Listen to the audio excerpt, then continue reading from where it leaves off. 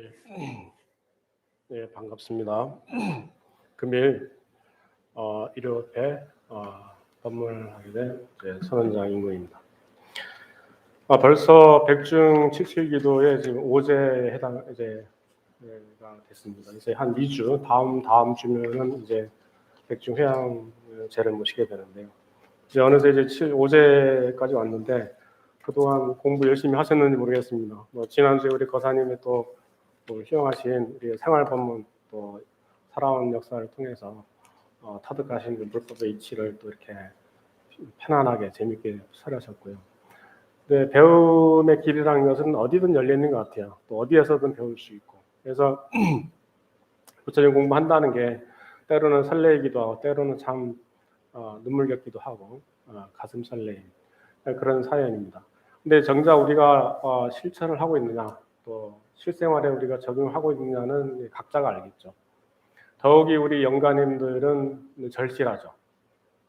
최근에 또 어떤 분 돌아가셔서 지금 이제 이번 주 내일이면 이제를 또 모시게 되는데 이제 임종하셔서 이제 2주 정도면 아직 식이 좀 맑을 때예요. 그래서 생전에 살아서 보고 듣고 느끼던 그런 경계가 그대로 좀 보이긴 하는데, 근데 이제 마음이라는 것이 몸의 통제력을 벗어나기 시작하면은 생전에 체험하지 못했던 상황을 많이 접하게 됩니다.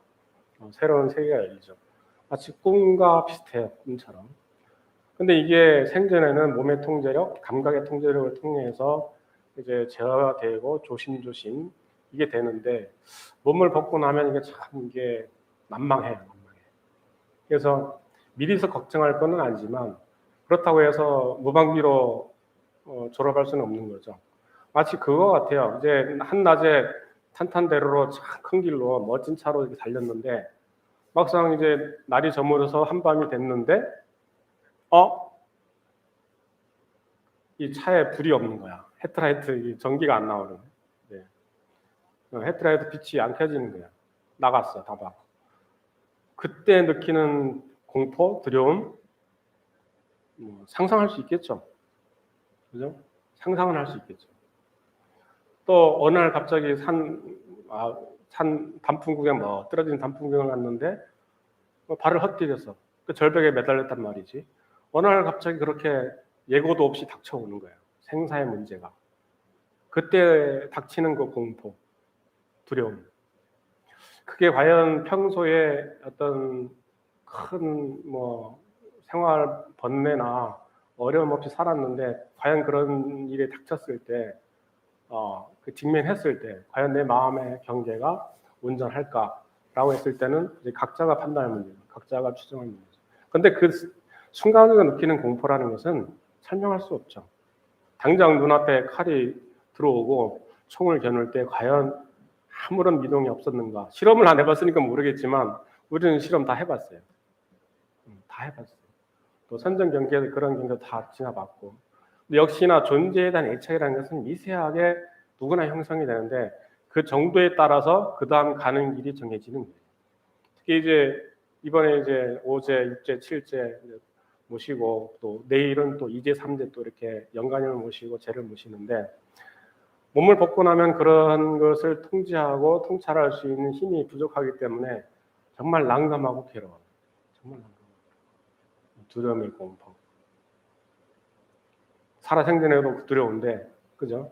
그러면은 이 괴로움의 이 속성, 이 괴로움의 문제, 이거는 여타 종교 어떤 종교보다도 우리 불교가 명쾌하게 그걸 부처님께서 명쾌하게 밝혀내셨죠. 오히려 이 고통, 괴로움, 존재에 대한 어떤 사라짐에 대한 존재 사라짐에 대한 두려움, 많은 어떤 두려움, 공포, 그걸 묶어서 하나의 고통이라는 괴로움이라는 명태 어떤 주제어를 놓고 부처님께서 아주 소상하게 풀어주셨죠.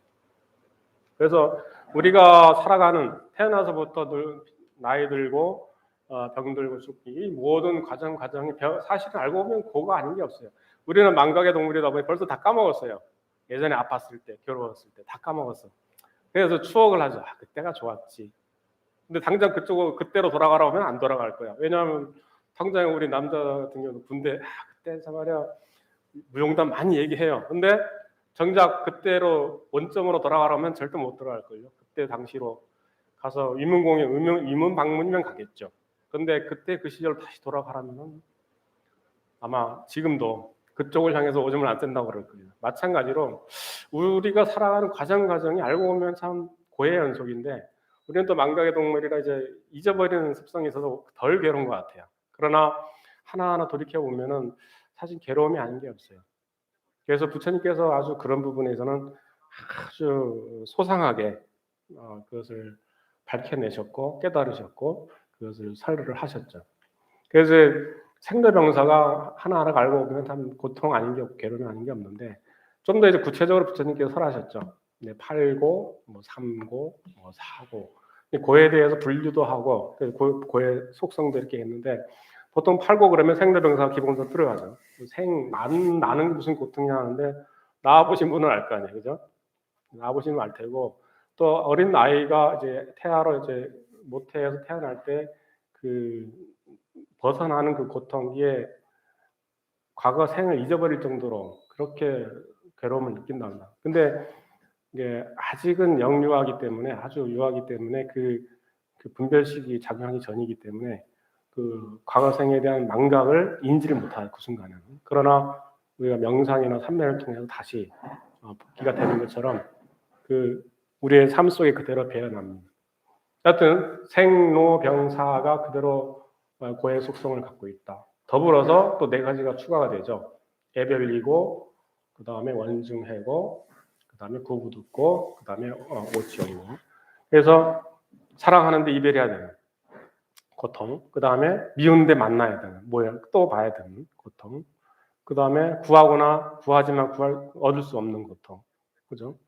뭐 명예일 수도 있고 재산일 수도 있고 무슨 자식의 성금 희구하는 바는 있는데 성취가 안 되니까 괴로운 거죠. 그 다음에 오치온 거. 이제 오온이, 색수장행시의 오온이 치성해서 그것이 고통으로 돌아오는 경우죠. 근데 이렇게 8가지 분류하면 종류는 많은데 그 속성을 다시 묶어서 분류를 해서 보면은 딱 3가지가 돼요. 고고, 괴고. 고고는 말 그대로 몸으로 느끼는 고통이죠. 당장 다치고 피 흘리고 피부로 와닿는 고통이에요. 그 다음에 그러니까 제가 쉽게 풀어서 얘기하는 겁니다. 그 다음에 괴고, 무너짐의 고통이죠. 거울을 어느 날 문득 봤더니 그렇게 청초했던 내 모습이 이제 주름살 투성이고 무너짐, 그죠? 내가 그렇게 재산을 열심히 모았는데 어느 날 봤더니 재산 잔고가 마이너스고 가슴이 철렁할 거예요. 최근에는 뭐 해킹 뭐 이런 게 있어가지고 멀쩡한 통장에 마이너스 되는 경우가 많죠. 어느 날 갑자기 그렇게 되죠. 또 주식 투자했는데 잘 나갈 땐 좋았는데 어느 날 갑자기 막 깡통되는 경우가 많죠. 무너짐의 것. 그리고 가까운 절친 친구, 부모, 형제, 사라짐을 보고 느끼는 고통. 그래서 알을 통해서 느끼게 되는 고통. 괴고죠. 그 다음 행고가 있는데, 행고는 곧 이제 사전적으로 얘기하면 무상의 고인데, 무상하다는 것을 알면서 고통을 느끼는 경우는 상당히 드물어요. 그죠? 아까도 얘기했던 생로병사 고통이라고 했을 때, 과거에 이런 일이 지나가고 하는데, 고통이었나? 이제 망각을 하게 되죠. 무지의 세계에 묻혀버리는 고통이 사실은 무지의 고통. 우리의 중생심으로서 당장에 뭐 괴롭지 않으니까, 피부로 와닿지 않으니까. 사실은 이 부분이 우리가 어떤 수행론으로 접근할 때, 우리가 말 그대로 명상이든 참선이든 수행을 어떻게 분류하고 수행을 어떻게 할 것이냐라는 어떤 구체적인 어떤 강론으로 할 때는 이 부분이 아주 중요한 포인트가 됩니다. 행고. 무상고 무하를 깨달아야지 되는 건데 그것이 우리 이치적으로 생각으로 해결될 문제가 아니라는 거죠. 말 그대로 아는 고통의 차원을 넘어서는 말 그대로 자각의 어떤 통찰을 통해서 극복해야 되는 고통이죠. 그죠? 그래서 고고, 괴고, 행고로 어떤 속성으로 고통의 속성으로 분류하면 간단하게 3개로 분류가 되지만 그 3개의 속성마다의 특징이 다 있는데 그 중에 괴고, 행고는 이거는 우리가 아주 면밀하게 봐야 될 그런 부분입니다. 이게 모르는 고통, 우리가 사유로서 인지가 안 되는 통찰에 대한 고통인데 그 밑바닥에는 무지의 속성, 무명의 속성이 내재되어 있죠. 모른다는 거죠. 그리고 어둡다는 거죠. 어둡기 때문에 안 보이고 안 보이기 때문에 모르는 거죠. 그러면 우리가 결국에는 이 고의 근본적인 해결을 위해서는 반드시 이 무지의 고통, 무명의 이 세계를 밝혀야 되는 거죠. 우리가 참불과 무명을 밝히고 무명을 밝히면 무슨 얘기하지만 그 무명을 어떻게 밝힐 거야? 지금 당장에 전기불 켜면은 밝아졌네 하겠지만 불 꺼지면 어떡할 거야? 한 방에 불 꺼지면 어떡할 거예요? 지뢰 같은 어둠 속에. 어제 같은 경우 별빛이 늘 환히 비쳐서 환히 보이던 도량이 있는데 먹구름이 끼었어요 어제. 그래서 어두웠어요. 그래서 앞에 아무것도 안 보여. 그죠? 어떡할 거예요? 무명. 어두워졌어. 무지. 알매 경기가 끊어졌어. 우리가 인지하는 안이비설신이 감각적으로 정보가 들어와야 되는데 정보가 안 들어오는 거예요. 어떡할 거예요? 심각해지는 거예요. 찰나에 그렇게 돼버려요. 찰나에.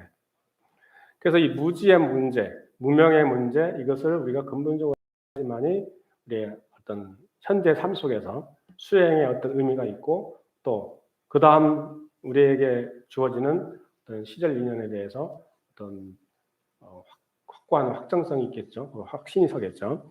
그래서 이 어둡다는 것, 무지하다는, 알지 못한다는 이 부분에 대해서 우리가 질문을 던져봐야 되는 거죠.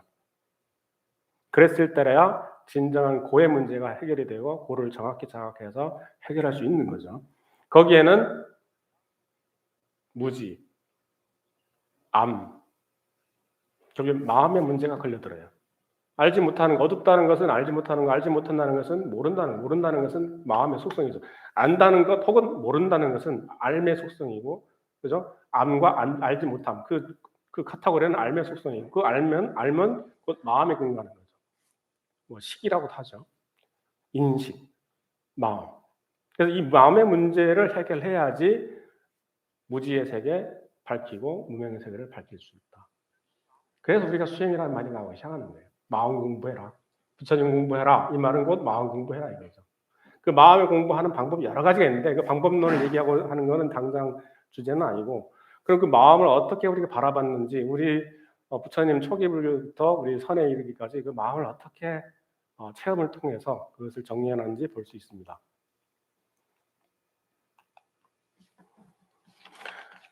부처님 초기에는 그 육종식을 얘기했습니다. 육종식. 그러니까 안이비설 신의 해서 보고 듣고 느끼는 그 오감각 플러스 인식하는 의식하는 세계. 그래서 큰 카테고리로 제 육종식을 얘기했어요. 근데 전 오식은 안이비설 신해서 오감각 우리가 광고의 이 기법에 오감각을 자각하는 그런 그 광고 기법을 많이 쓰죠. 근데 거기 플러스해서 의식인데 그 의식의 구조를 보면 심의식 이렇게 설명을 많이 했습니다. 초기 불설에서는. 그래서 의식의 세계가 이렇게 다양한 성격을 갖고 있는데 그것을 어떤 단계별로 혹은 어떤 차제로 이렇게 나눠서 구체적으로 아주 구체적으로 설명하신 게 아니고 그냥 때로는 심, 때로는 의, 때로는 식 이렇게 해서 설을 하셨는데 초기 부처님 당시엔 이거에 대해서 구체적으로 이렇게 학술적으로 정리를 안 하셨어요. 그냥 그때 설하신 건데 거기에 조금 눈이 가는 거는 이제 윤회의 주체가 뭐냐고 했을 때는 초기 불설의 그 어떤 교설에서는 바가바라는 이것이 어떤 윤회의 어떤 주체가 되고 있지 않느냐 이렇게 그 추론을 합니다. 근데 이때는 구체적으로 의식의 구조에 대해서 구체적으로 얘기하는 왜냐하면 부처님 교설이 상당히 현실적인 법문이었거든요. 현실의 고통을 해결하는 쪽에 초점이 맞춰져 있었기 때문에 근본의 해결 쪽으로는 이게 아는 사람만 알게끔 돼 있어요. 그러니까 연꽃을 들었을 때 알겠느냐 못 알아들으면 이제 그 다음 교설로 넘어가는 거예요. 그래서 알아들은 분은 이미 이쪽 세계까지 이게 무명히 해결해낸 분들이죠. 말 그대로 조사스님들이죠. 그래서 이게 대승으로 넣으면 어떻게 나오냐면은 그 육종식의 구조가 팔종식으로 구체화됩니다. 그러니까 육종식이 무너져서 새롭게 만든 게 아니고 육종식의 세목 세목을 하나하나 분류해서 체험된 부분. 그러니까 수행을 통해서 명상을 통해서 깨달음의 차원을 쭉 건너가다 보니 투과하다 보니 구조적으로 이런 구조가 되더라. 그래서 그냥 의식이라고 분류되어 있던 카테고리를 갖고 있었던 것이 제6식, 제7식, 제8식 해서 큰 그룹으로 다시 나눠지죠. 그 속성은 현재의식, 자아의식, 무분별식, 이렇게 저장식 이렇게 해서 세 개로 크게 나누게 됩니다. 그 속성은 작용하는 어떤 양상은 전개되는 양상은 현재의식, 우리 표층의식이죠. 현재의식, 제6의식. 이것은 어떤 대상에 대해서 이름을 붙여요. 거기에 대해서 어떤 의미 부여를 하죠. 연등, 빨갛다, 밝다, 환희심 난다, 등 달아야지. 수많은 생각이 이어지죠. 생멸하는 생각이. 이름이 지어지고, 저기는 한국 사람, 저기는 미국 사람, 어떠한 대상 경계에 대해서 명명이 되어지고 거기에 대해서 의미 부여가 되고 가치 판단이 형성이 되죠. 그 다음 제70 말라식은 자아의식으로서 어떤 옳다고 하는, 근본적으로 내가 옳다고 하는 사상주의가 완전히 내재화돼 버리는 거죠. 그래서 늘 상속이 돼요. 말 그대로 나는 지금 아주 그냥 쉬운 표현으로 사람인데, 지금 시대는 그런 일은 없겠지만 절대 권력자가 와서 너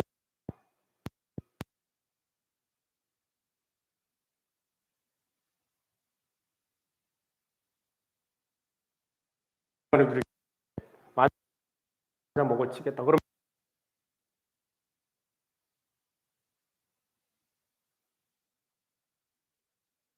그래 나 갑니다. 할 수 있을까?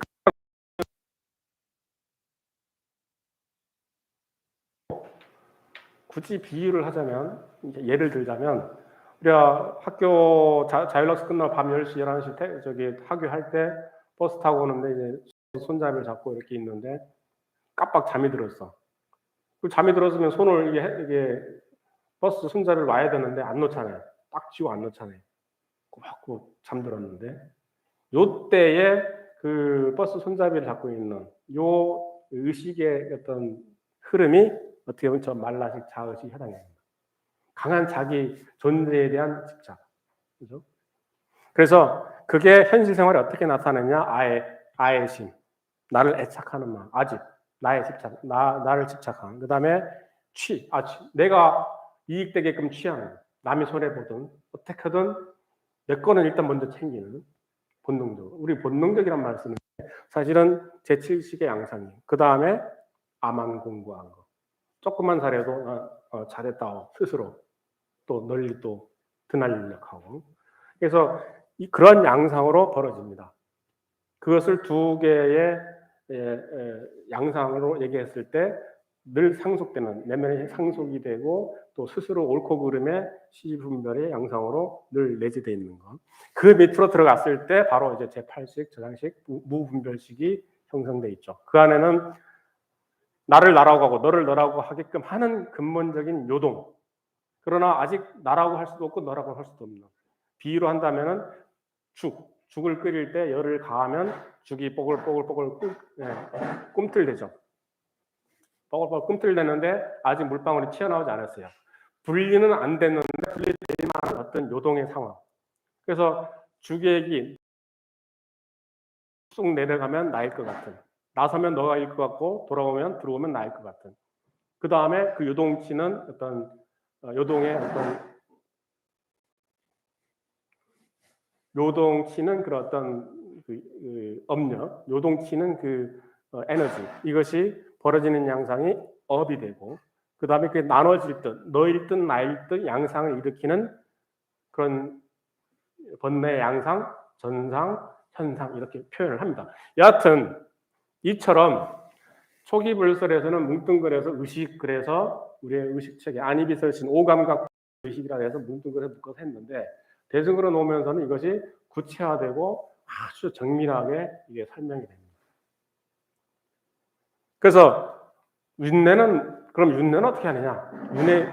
윤례 주체는 이제 제8식 아래아식을 갖고 얘기합니다. 초기 불설에서는 이제 이제 육의식 뭉뚱그려서 의식이었는데 그 안에 윤회 주체가 있다고 했는데 그것이 대승에 와서는 아래의식이라고 확실하게 선을 그어버립니다. 그것을 둘러싸고 있는 자의식, 이 말라식이 이렇게 마치 비닐 포장지 마냥 이렇게 우리 업의 식을 업성을 이렇게 딱 감싸고 있다가 그 다음 몸을 받게 되는 거죠. 그 과정에 서로의 업성에 따라서 길을 가게 되는 거죠. 그 밑바닥에는 근본무명, 근본적으로 어둠이 깔리는 거예요. 이게 우리의 마음의 구조요. 우리가 투타를 하면서 깨달음의 과정에서 확인된 마음의 구조입니다. 아주 정밀하죠. 초기불설에서는 이렇게 의식, 육중식으로 볼 때는 의식의 구조가 아니비절신 오감각 플러스 의식에서 심플하게 설이 됐는데 구체적으로 그 깨달음의 단계에서 벌어지는 번뇌 양상을 분류를 했죠. 이거는 특히 우리 원효대사가 이 부분을 아주 면밀하게 아주 구체적으로 해설을 해놨습니다. 그런 그 번뇌 양상이 해체될 때 어떠한 구조에서 해체가 되느냐, 그것을 초기불설, 소승육종식, 대승의 교설, 그 다음에 선에서 얘기하는 부분 이렇게 비교를 해놨습니다. 그러니까 초기불설에서는 말 그대로 포괄적으로 식을 얘기하다 보니까 심의식이 다 포함되어 있어요. 근데 소승의 육종식, 우리가 소승이라 부를 수밖에 없는 부분이 뭐냐면은 제6의식이 사라지는 경계. 그러니까 중간에 보면은 몸 사라짐, 마음 사라짐 이렇게 돼 있죠. 그러니까 몸 사라짐이라고 그러면은 몸이 완전히 없어서 그냥 완전히 없었다 이게 아니라 내가 인지하고 있는 몸의 상태가 마치 허공처럼, 마치 투명한 물방울처럼 그냥 투명해져요. 지금은 이렇게 바라볼 때 보시면은 어떠한 거기엔 애착도 개입이 되어 있지만 그 호애증이 늘 거기에 개입이 되어 있어요. 그죠? 의미 부여가 돼 있고 가치 부여가 돼 있는데 몸 사라짐의 차원의 어떤 의식 경계가 되면은 몸이 완전히 투명해져 허공처럼 그냥 맑고 깨끗해져요. 오감각이 완전히 청정해지는 거예요. 오감각이. 그게 이제 화엄교설에 치면은 십신, 십주, 십행, 십회양, 십주지의 깨달음의 경계를 할 수 있죠. 그 다음 단계인 제6의식의 사라짐의 경계, 생멸심, 생멸심의 거친 번뇌, 망상의 사라짐의 경계, 제6식의 사라짐의 경계, 요때만 되더라도 제10회양지, 이제 초지보살에 들어가는 초입이 들어가는 대승에서는. 그런데 요때 흔히 말하는 공성체험을 합니다.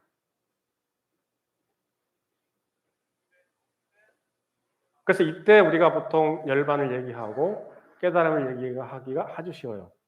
조금 몸 사라진 상태만 돼도 이제 오감각이 청정해지고 몸이 투명해지고 말도 허공처럼 이렇게 경황각지라 가죠. 몸이 무지 가볍고 너무 편안해서 일어나기 싫어. 하루 종일 앉아도 끝도 없어. 너무 좋아. 그게 깨달음 경계인 줄 알아. 몸 사라짐 경계만 해도 깨달음 경계 같은데 벌써 마음 사라짐, 생멸심이 다 사라져가지고 번뇌가 다 사라졌는데 열반을 성취한 거야. 니르바나야. 니르바나의 기본 뜻이 뭐냐면은 우리가 손 위에 솜털을 넣었을 때 불면 솜털이 날아가 버리잖아요. 그죠? blow off, blow out 그냥 호 불어서 그냥 날아가 사라져 버린 거예요. blow away. 근데 그때 그 차원의 경계라는 거예요. 그래서 그것만 해도 열반이에요. 니르바나야. 니르바나인데 그래가지고는 지금 마음의 구조로 봤을 때 제7식, 제8식을 해결했느냐라고 스스로 반문을 해봐야 된다는 거죠. 초기 불교에서는 그걸 다 뭉뚱그려서 그냥 완전히 이 식의 차원이 해결됐던 얘기인데 그것이 제6식의 사라짐만 하더라도 생멸 경계가 사라지고 생멸 마음이 사라져서 몸도 청정하고 마음이 청정하고 몸도 청정하고 몸도 허공처럼 돼 있고 마음도 허공처럼 돼 있고 그대로 니르바나가 돼버렸는데 어떡할 거야? 깨달은 거지. 이게 시대가 변성하면서 깨달음의 차원도 어느 한쪽으로 치우치게 되는 거죠. 그래서 대승에서는 그것을 명확하게 규명을 했어요. 제6식을 사라져서 생멸심이 다 사라져서 완전히 공성을 체험한 것 같지만 체험했다 하더라도 아직은 남은 게 있다는 거죠. 그게 뭐다? 경계를 나누는 경계심. 그 다음에 깨달음의 경계마저도 경계예요. 그 깨달음마저도 뛰쳐나와야 되는 이런 문제가 아주 중요한 문제가 되죠. 대승에서는 아주 치밀합니다. 그 미세한 무의식의 세계까지 다 추가를 해서 해결돼야 진정한 열반요, 진정한 깨달음의 세계요, 성불의 길이다 하죠. 근데 그게 십신, 십주, 십행, 십회양, 십지보살, 등강묘가까지 보면은 대승의 깨달음의 단계는 벌써 삼마승직업이 걸린다 그래요. 삼마승직업. 삼마승직업 동안 열심히 닦아야 돼. 열심히 기도하고 열심히 절에 다니고 세세생생 수행해서 이제 성불을 하는 거예요. 선도 여기에서 벗어나진 않아요. 근데 출발점이 틀려요. 대승선과 조사선은 출발점이 틀려요. 물론 대승선에서도 선의 교리를 그대로 드러낸 화엄선을 얘기하는데 그 안에서도 의견이 다양하게 나눠져요. 어떤 조사의 본문에 따라서 논사에 따라서 전혀 달라집니다. 가장 조사선에 가까운 교서를 한 게 이제 이통현 장자 거사였죠. 근데 그 거사의 안목이 거의 뭐 조사급이었죠. 그래서 이통현 장자의 화엄론은 아주 역대 우리 한국 선승들 사이에서도 많이 익혀졌다. 근데 그것을 조사선으로 넘어오면 어떻게 되냐? 십주, 십행, 십회양, 십지보살, 등강묘각이라고 단계 아닌 단계를 나눴다 하더라도 뭐다? 그 마음이 부처를 떠난 적이 없다. 그 마음이 부처님의 깨달음의 자리를 떠난 적이 없다. 왜? 부처님의 삼매는 부처님이 늘 들어있는 이 삼매는 해인삼매예요. 그 해인삼매는 어떤 특정한 공간에, 특정한 장소에, 특정한 시간대에 특정한 사람만이 누리고 있는 삼매가 아니라 만물만생이 누리고 있는, 만물만생이 존재할 수 있는 근거가 되는 삼매. 아무리 뛰어봐라 부처님 손바닥, 뛰어봤자 부처님 손바닥 이러잖아요. 그것을 전문적인 용어로 쓰면 바로 이거예요.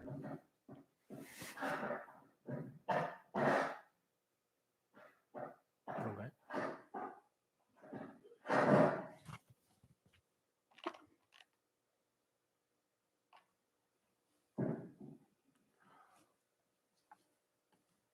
그러니까 본래 이 마음이 부처요. 본래 깨달아 있다 했을 때 그 근거가 되는 게 바로 해인삼매요, 화엄삼매는 거죠. 우리는 본래 부처님 근본 삼매에 들어있다. 우리가 행하는 행위, 행동 모든 건 하나하나가 그러한 삼매에서 벌어지는 것이다. 이것이 선의 입장이죠. 단지 각각의 그릇 따라, 각각의 근기에 따라서 놔두고 행하고 돌아갈 뿐이에요. 초등학생은 초등학생 근기대로 행하고 선을 행하고, 대학생은 대학생으로서의 선을 행하고, 의사는 의사대로의 선을 행하고, 사학가는 사학가대로의 선을 행하고, 모두가 그 선에 들어있다는 거죠.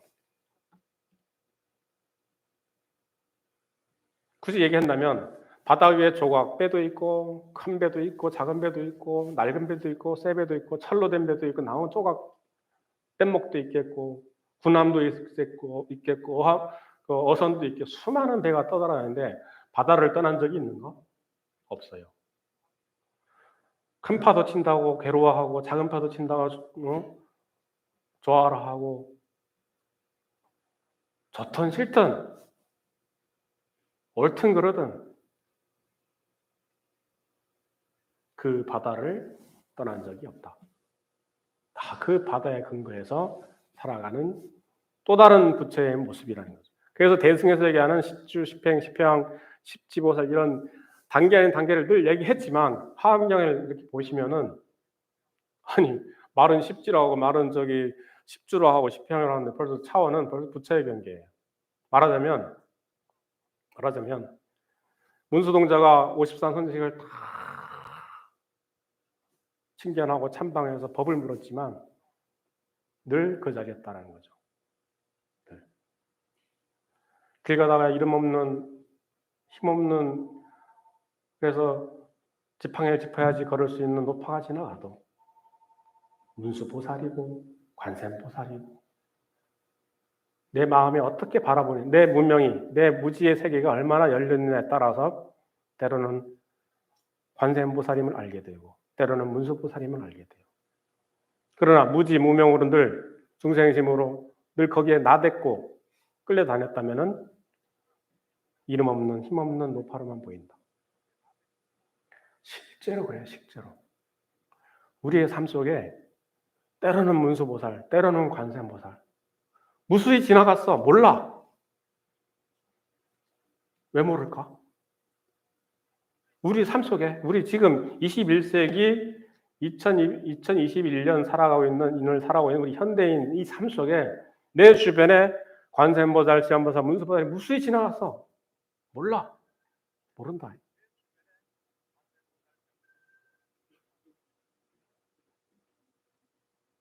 그래서 부득이 설을 하니 단계 아닌 단계로 삼마승직업을 얘기하고 단계 아닌 단계로 깨달음 단계를 얘기했지만 53 선지식의 차원을 얘기했지만 그 법문을 가만히 놓고 보면 부처 아님이 없는 거야. 다 부처였어. 그래서 화환경을 공부하면은 그 감동의 차원을 뛰어넘어요. 정말 가슴 뭉클하고 그 감동이라는 게 말로 설명이 안 돼.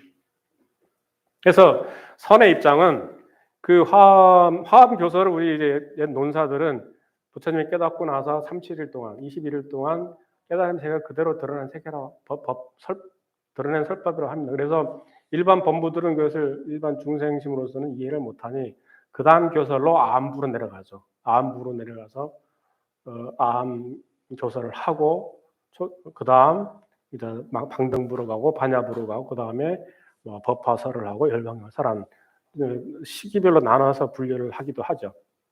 근데 이제 초기 처음 깨달았을 때 그냥 깨달으면서 그냥 보여주다 보니 이해를 못하더라 이거죠. 그래서 후대에 화엄경을 해설을 할 때 그것을 중생계의 차별 분별식으로 볼 때는 이렇게 해석할 수 있고 깨달음의 세계로 봤을 때는 이렇게 해설할 수 있고 그래서 화엄 해설이 다양하게 분류가 됩니다. 그러나 선의 입장에서 봤을 때는 딱 저렇게 단계가 없어 사실. 그냥 모두가 부처의 나툼이었더라. 왜? 남녀노소 빈부귀천 할 것 없이 동서남북 할 것 없이 모두가 부처님의 마음에서 부처님의 해인산매에서 드러난 각각의 모습일 뿐이다 이거죠. 그 근거가 해인산매요, 화엄산매요, 근본산매요, 선에 와서는 법성산매라고 얘기합니다. 그래서 우리가 만들어내는 산매는 그냥 맛배기요, 조각배야, 조각배. 우리가 산매를 닦는다고 딱 집중을 하잖아요. 집중과 몰입, 그래. 천정을 닦아야 돼. 그거는 위에서 앉아서 물장을 치는 거랑 똑같은 거예요. 그러나 부처님의 산매는 만들어지는 게 아니에요. 더불어서 결코 사라지지 않는 산매. 더불어서 만물 만생이 누리고 있는 산매. 그 산매로 돌아가라. 억지로 만들 게 아니고 억지로 조작할 게 아니고 그 산매의 공능을 느꼈을 때라야 아 그게 부처님 가피구나 알게 되는 거예요. 그래서 선은 실천할 게 없어. 수행할 게 없어요. 바꾸지 말라 그래. 선의 기본 정신 본래 그 마음이 부처 지금 법문을 듣는 그 자리가 부처님 자리고 본래 그 법문을 듣는 그 자리가 깨달음의 자리다. 그럼 어떡할 거냐? 닦지 마라. 도불용수. 닦을 바 없다 그러잖아요. 이미 산매에 들어있는데 지금 발을 딛고 움직이는 걷고 왔다 갔다 하는 동안에 이미 그 자리에서 벗어난 적이 없더라 이거죠. never. 한 번도 한 시도 떠난 적이 없더라 이거죠. 그 부처님 산매에. 그래서 닦을 바가 없다. 도불용수. 애써 만들어서 조작해서 이것이 깨달음이다. 이것이 행복이다. 조작하지 말라 이거죠. 그래서 그러면 어떻게 실천해? 나 지금 중생심으로 괴롭고 늘 중생심으로 갈등하고 번뇌고 사는 게 어떻게 사느냐? 다만 속지 마라. 다만 그 육근 경계에 휘둘려서 물들지만 말아라. 그러면 물들지 말고 속지 말라고 하면 묵석처럼 돌처럼 나무처럼 아무 생각 없이 살아라? 아니에요. 그 무엇보다도 그 어떤 존재보다 더 능동적이고 더 적극적이고 더 절실하고 더 열심히 살라고 그래요. 그 근거가 바로 믿음입니다. 본래 한날 한시도 잠시도 그 자리를 떠난 적이 없다라는, 늘 부처님과 함께 하고 있고 그 부처님 마음에서부터 지금 말을 하고 있고 행동하고 있다라는 투철한 믿음 속에서 믿고 들어가는. 근데 이게 실천이 되냐 이거죠. 그 실천하는 방법을 또 얘기를 하십니다. 역대 조사 스님께서 어떻게? 쉬어라. 휴할. 쉬고 또 쉬어라.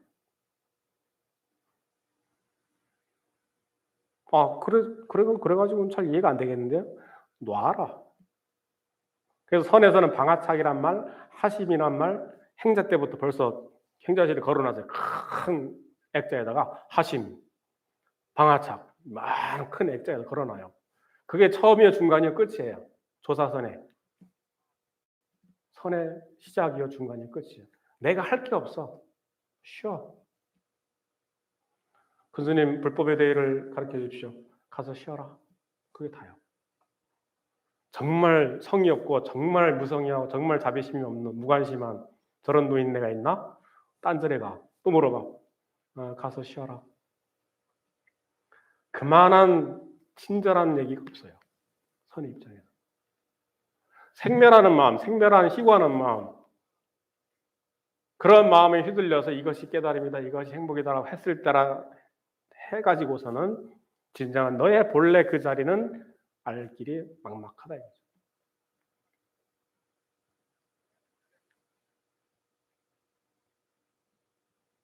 진정한 믿음이 완성된 자는 결국엔 놓을 바도 없는 바를 알게 되죠.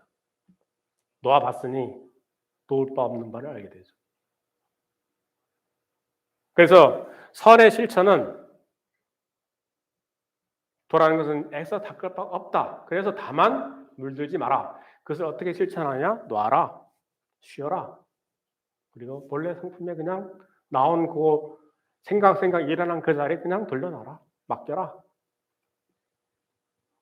이게 다예요.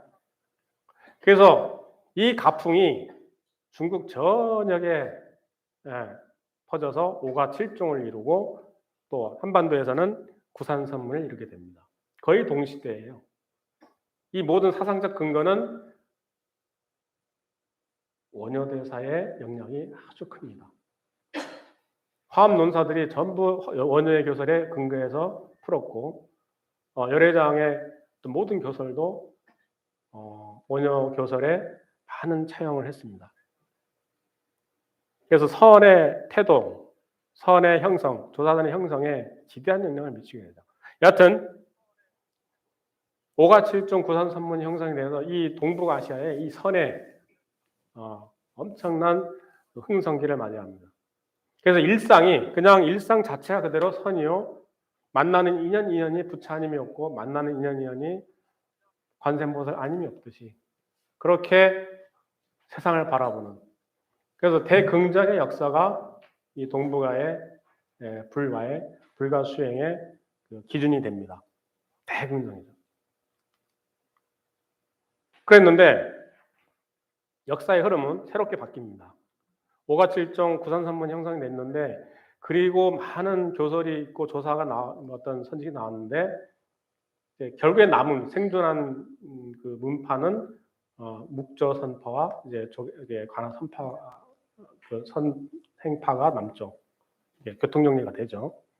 그 중에 우리가 한국 불교의 중심이 되고 있는 것이 관아선입니다. 이 묵조선은 어찌 보면 조사선의 원령을 좀 지킨다고 볼 수 있어요. 묵조, 묵묵히 지켜봄으로써, 묵묵히 자정함으로써 그대로 부처 아님이 없더라.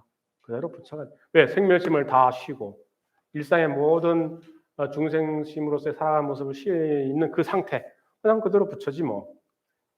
그 교리에 얼리는 그대로 지키는 것 같지만 중요한 겁니다. 이때에 묵조 사선이 나오기 시작해요. 묵조 사선.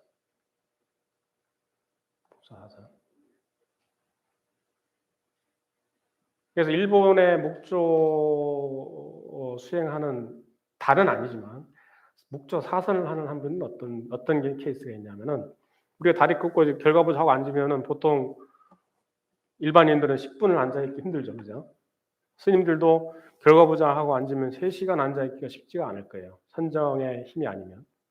그래서 목조 수행하는 분들이 일본의 일부 선사들은 어떻게 하느냐, 딱 결과보자 할 때 아픈 데 있죠, 그쪽 이제 허벅지, 뭐 골반 이쪽 주변, 거기에 신경을 끊어버려요. 아프니까. 이건 사선이에요, 사선. 그러니까 오래 앉으려고 신경을 끊어버리는 게, 고통을 느낄 수 있는 그 신경 라인을 끊어버려요. 그래서 남들이 보면 10시간, 20시간 앉으길래 야, 대단하다. 대선지식인 줄 아는데 천만에 말했어요. 다는 아닙니다. 그런 사례가, 삿된 사례가 있어서 얘기하는 거예요. 그래서 오래 앉은 만큼 부처라고 생각해요. 이게 사선이죠. 그게 좌선이 아니죠. 본래 이미 좌선에 들어있는데 무슨 좌선을 따로 만들어서 닦고 만들고 하냐고. 벌써 선의 근본 정신에서 벗어났죠. 선의 근본 정신. 내가 지금 말하고 듣고 행하고 숨쉬고 살아간 이 모든 것의 근거가 부처님 삶이에요. 부처님 손바닥을 벗어난 적이 없어요. 그것을 회복하는 게 수행이라면 수행이고, 그것을 회복하는 것이 본래 그 자리임을 확인하는 것이 부처님 제자된 도리요. 그래서 그것을 근거해서 명쾌하게 살아가는 것이 부처님 자녀된 도리죠. 그래서 이 선의 역사가 삿되게 흘러가는 것을 보고 다시 재정립을 한 게 바로 가나선이죠. 가나선이 제일 마지막에 형성됐다고 보시면 돼요. 선의 역사 중에. 그러면 가나선은 왜 가나선인가? 그리고 현대를 살아가 현대는 왜 가나선이냐? 라고 했을 때 이 구조를 얘기 안 할 수가 없어요. 가나선은 기본적으로 화두 참고라는 것은, 가나선이라는 것은 화두를 참고한다 이런 뜻인데, 그 과정 내지 심리적 구조가 어떻게 되냐? 처음은 의심을 해요. 그래, 본래 부처라고 했는데 그럼 그놈의 정체가 뭐요? 질문을 던지면 우리는 보통 심리적인 의식적인 차원에서의 뭐지 했을 때 그것을 풀어가는 과정에서 지식을 동원하죠. 정보를 동원하죠. 그 다음에 과거에 들었던 법문, 경전의 말씀, 사유의 구조 속에서 이것을 무수히 분석하고 추리하고 하다가 답을 찾아가는데, 그거는 우리의 말 그대로 중생심으로 살아가는 세계죠. 그러나 화두 참고는 그게 아니라 의심의 속성을 통해서 바로 의정으로 들어갑니다. 뭐냐면 어떤 문제를 제기했을 때, 지금 손을 들고 내려놨을 때 나라고 생각한 나는 육체적으로 정신적으로 이미 규정돼 있어요. 내면에. 그러면 그것을 가능케 하는 그것은 뭐냐 했을 때 답이 안 나와요. 영혼이라 해도 안 되고 불성이라 해도 안 되고, 그건 지식의 이름일 뿐이니까. 그걸 내려놓고 보니 머리 자르고 팔다리 다 자르고 나니 이제 심경만 남는 거예요. 알고자 하는 그 심경만 남는 거예요. 그 심경으로 들어갔을 때라야 이제 생멸하는 오감각의 세계, 현재 생멸하는 의식으로 바라보는 세계가 쉬어지면서 잠재의식, 자아의식으로 들어가기 시작하는 거예요. 자아의식. 그것이 점점 시간이 흐르고 간절함이 익어가면 이제 스스로 발동이 되면서 의단이 형성이 됩니다. 덩어리죠, 덩어리. 의심의 덩어리. 그것이 생각의 차원이 아니고, 생멸하는 생각의 차원이 아니고 그냥 내면에서 그냥 반응이 일으키는 거예요. 말 그대로 아까 얘기했던 부처님 삼매, 부처님이 누리고 있는 그 깨달음의 세계의 그 근간에서 반응을 하기 시작하는 거예요. 반응을. 그래서 의단의 세계는 처음엔 뭐지라는 의심의 세계가 번뇌의 세계, 하나 이것도 번뇌 양상이에요. 뭐지? 이것도 번뇌예요. 그러나 생각으로서는 번뇌이겠지만은 심정으로 들어가기 시작하면은 이제 내면으로 들어가기 시작하는 거예요. 뭐지 할 때의 심경. 생각 말고 심경. 그 심경이 달궈지고 알고자 하나 알 수 없고, 알 수 없으나 또 알 수 없기 때문에 알고자 하고, 이것이 무르익었을 때 내면에서 저 깊은 바다의 심연에서 반응이 일어납니다. 이것을 우리는 선에서 뭐라고 그러냐? 자성공명이라고 합니다. 자성공명. 육조 해능대사가 분명히 밝히셨죠.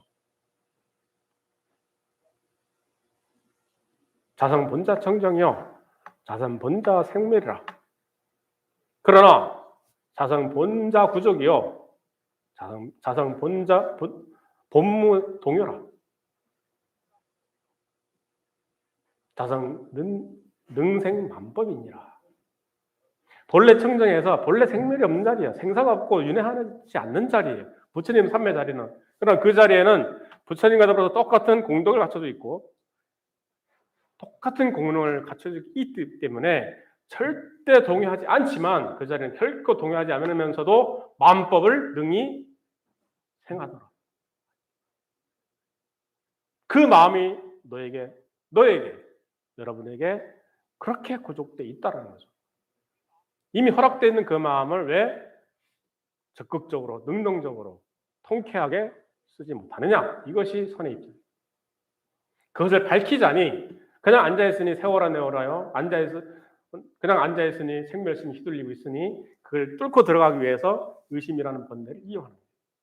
앉아서 의심의 상황에서 의정으로 들어가는 그 상황이 되면 우리가 느끼고 있는 번뇌의 양상이 완전 쉬게 됩니다. 내가 의도하지 않고 번뇌를 끊으라고 할 것도 일어나든 말든 관심 없어. 그러나 그게 심경으로 알고자 하는 심정이 무르익다 보면은 어느 한 찰나에 무의식의 세계, 내 내면에서 공능을 일으키기 시작합니다. 반드시 반응을 합니다. 그래서 성력처, 등력처라는 말을 합니다. 선에서는. 이제 더 이상 내가 힘 하나도 안 들이는데도 내면에서 힘이, 무한한 힘이 솟아나기 시작합니다. 그 엄청난 힘을 느끼신 분이라면 이제는 알아서 공부하셔도 돼. 갈 길은 이미 떠난 거예요. 이제 버스는 떠났어. 이제 목적지 가는 거예요. 그 내면의 무한한 공능을 느껴봤을 때라야 아까 말씀드린 이 신심이 나기 시작하는 거예요. 진정 닦을 바 없는 상황에서 닦게 되는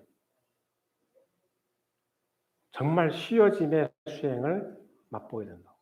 알아서 하게끔 돼 있어요. 알아서. 이거는 내가 조작해서 되는 게 아니에요. 그러니까 오늘 용맹전진 해야지 20시간, 10시간, 20시간 앉아야지 필요 없어요. 저절로 되는데 눈 깜빡 앉았는데 벌써 하루 20시간이 그냥 가는데. 그리고 그 알 수 없는 무한한 그 힘을 느끼고 그 밝음을 보고 있는데 그 신심이 안 날 수가 없어요. 단순한 평온이 아닙니다. 단순한 마음의 평화가 아닙니다. 힐링이 아닙니다. 이거는. 그 엄청난 부처님의 힘을 느껴보시라고. 부처님의 위실력을 느껴보시라고. 그게 가능한 거예요.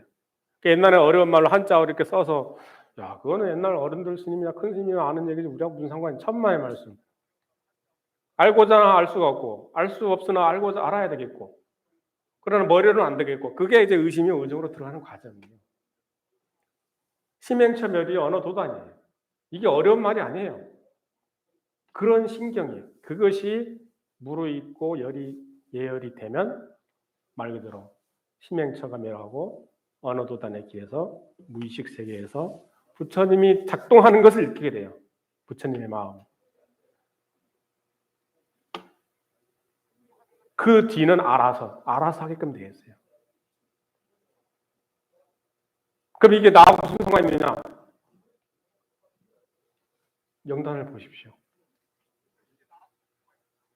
날 저물고 해 저물고 날 저물고 날이 어두워지면 내 마음의 등불이 밝히지 않는 자는 어둠은 어둠으로 막히게 돼 있고 무지는 무명으로 어두워질 테고 비는 게 없어. 갈 길을 몰라. 그 존재의 사라짐의 찰나적인 공포, 그 무한한 공포는 이겨낼 수가 없어요. 그래서 급한 대로 지 습성대로 가는 거예요. 습대로 가는 거예요. 어디 불빛이 보이네 들어가 봤더니 쥐구멍이고 좀 별빛이 보이네 가봤더니 새둥지고 이게 참 안 되립니다. 지금 당장이라도 찰나찰나 생멸하는 마음속에 우리는 늘 갇혀 있죠. 그 생각에. 그래서 오늘 이제 백중 77제 중에 이제 5제를 맞이해서 이제 2제, 6제, 7제 이제 2번 남았는데 사실은 영가님을 위해서 제가 늘 여기 설 때마다 영가님을 위해서 법을 설해야지라고 해서 여기 올라옵니다. 그러나 산 세상, 죽은 세상이 다르지 않더라. 왜? 마음의 문제니까. 몸을 벗어지면 여전히 마음에 습성이 남아서 습성대로 돌아다닌다. 대책이 없어. 그래서 살아생전에 살아서 성성할 때 좀 더 깊이, 좀 더 통쾌하게 이 공부, 이 마음 공부를 밝혀서 늘 등불을 쥐고 있으면 밤이 되든 낮이 되든 두려움이 없어. 화두 삼매가 깊어지면요, 몸은 그냥 재워놓고는 식은 환히 밝아가지고 한낮처럼 밝아요. 희한하죠. 분명히 몸은 재워놨는데 자고 있는데 식은 멀쩡하다. 깨닫기 전도 그런데, 그죠? 그래서 뭐 몽중 이련이 숙면 이련이 이런 게 실제로 꿈이고 잠이고 없는 거예요, 사실은. 꿈이 생시고 생시가 꿈이요. 그 구분이 사라지죠. 왜? 늘 성성한데, 늘 밝아 있는데. 먹구름이 끈 한밤에도 그냥 환하다 보여요. 마음의 등불은 우리가 알고 있는 이 어둠의 세계하고는 비교가 안 돼. 그냥 통째로 훤히 밝아 있다. 그것을 보고 난 뒤에는 이 신심이 결코 무너지지 않습니다. 때로는 인연 따라, 때로는 시절 따라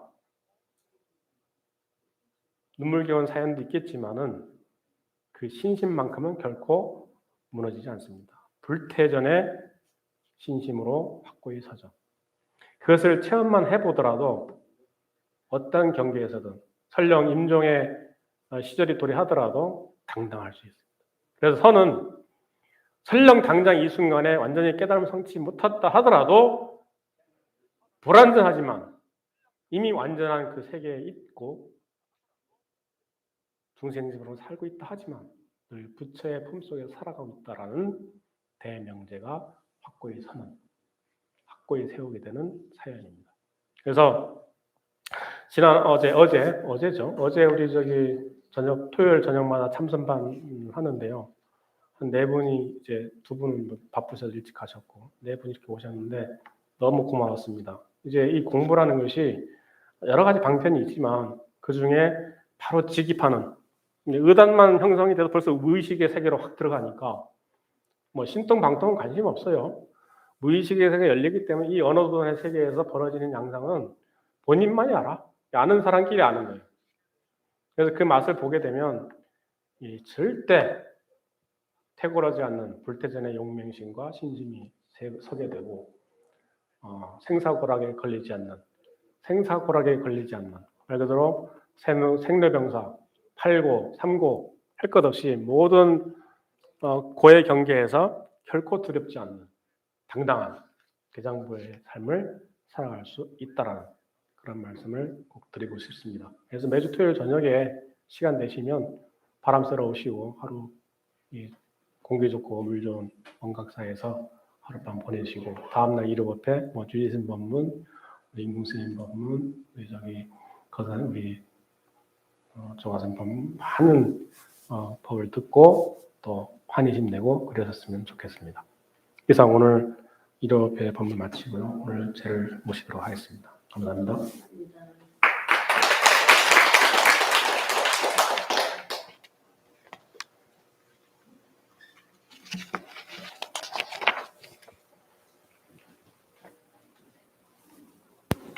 네, 법문 잘 들으셨습니까? 몇 가지 안내 말씀을 드리겠습니다. 이제 8월 22일에 백중 기도 회양이 있습니다. 그날은 또 버스가 운행될 예정입니다. 그래서 차량이 없으신 불자님들께서는 버스를 이용해서 백중 기도 회양일에 동참을 하시면 되겠습니다. 부처님 다음으로 이제 우리 불가에서 중요한 날이죠. 나와 인연 있는 모든 그런 영가들, 돌아가신 분들을 전도하는 그런 날입니다. 공교롭게도 금년에는 일요일이 음력으로 7월 보름입니다. 딱 백중일이에요. 그래서 그날 이렇게 모두 참석을 해 주시기 바랍니다. 그리고 지난주에도 말씀을 드렸듯이 회주 스님께서 오셔요. 회주 스님께서 8월 25일 날 날짜로 이제 지금 1년 한 반 만에 뉴욕을 다시 방문을 하십니다. 지금 저 위에 우리 법당에 곧 한 2일 정도 되면은 20일이나 22일 그쯤 되면 아마 우리 지금 법당에 모실 부처님이 도착할 예정입니다. 지금 태평양 제 생각에 바다 한가운데 계실 것 같아요. 그래서 부처님을 이제 모시려면은 그 닷집하고 그 탁자를 준비를 해야 되는데 그래서 단청하시는 분이 지금 9분 오셔가지고 지금 작업을 하고 계십니다. 공양 끝나시고 제 끝나고 공양 끝나시고 한 번씩 올라가 보셔서 이렇게 단청을 하는구나 이렇게. 아마 미국에서는 보기 쉽지 않은 일입니다. 이제 한마음 선언 다니셨던 분들은 이제 거기서 보셨을 수도 있는데 쉽지 않은 일입니다. 그리고 오늘 또 세 분이 공양을 올려 주셨습니다.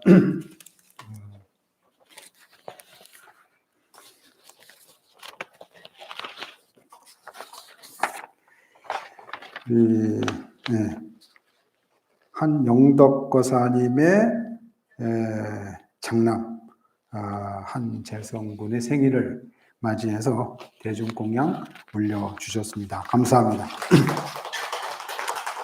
우리 보문성 보살님 대중공양 올려주셨습니다. 감사합니다. 그리고 우리 노철영 거사님 댁에서 대중공양 올려주셨습니다. 감사합니다. 많은 불자님들이 항상 이렇게 일요일 날 대중공양을 올려주셔서 우리 또 많은 불자님들이 또 음식 맛있게 또 정식 공양도 드시고 또 이렇게 제공양도 연가들에게 올리고 이런 전통이 계속 이어질 수 있도록 동참을 해 주시기 바랍니다. 바로 영단을 향해서 제를 모시도록 하겠습니다.